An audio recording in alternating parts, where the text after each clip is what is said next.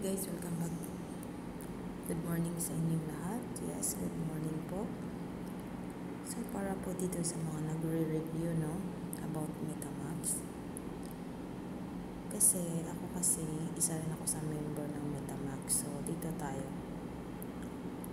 Hahanapin ko lang yung link kung napano na. So meron akong link dito kasi hindi ako nakapag-download ng apps niya. So ayan, click ko lang ito.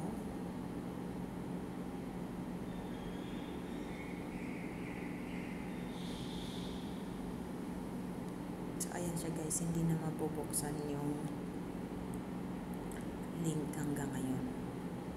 Ganyan na lumalabas. So wala na yung account. Ayan siya. Ito kasi yung link. So, hindi ko na siya mabuksan. And yes, itong pinsan ko ay nag-uusap kami tungkol sa MetaMask at ito yung hawak niyang withdrawin dapat. So ayan na. Hindi na niya ma-withdraw.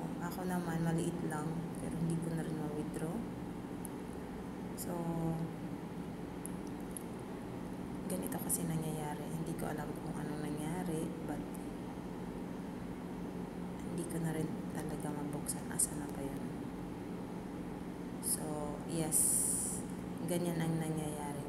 Once na mag-open. Kagabi ko lang nalaman na.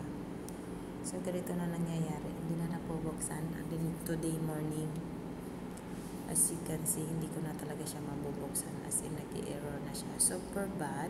So sad. Pero mas sad sa mga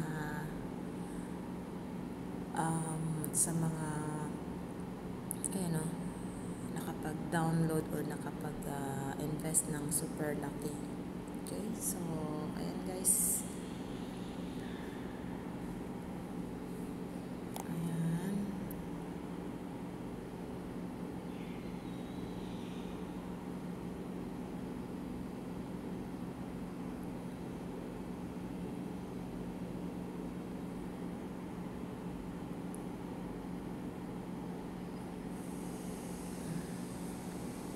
So sad.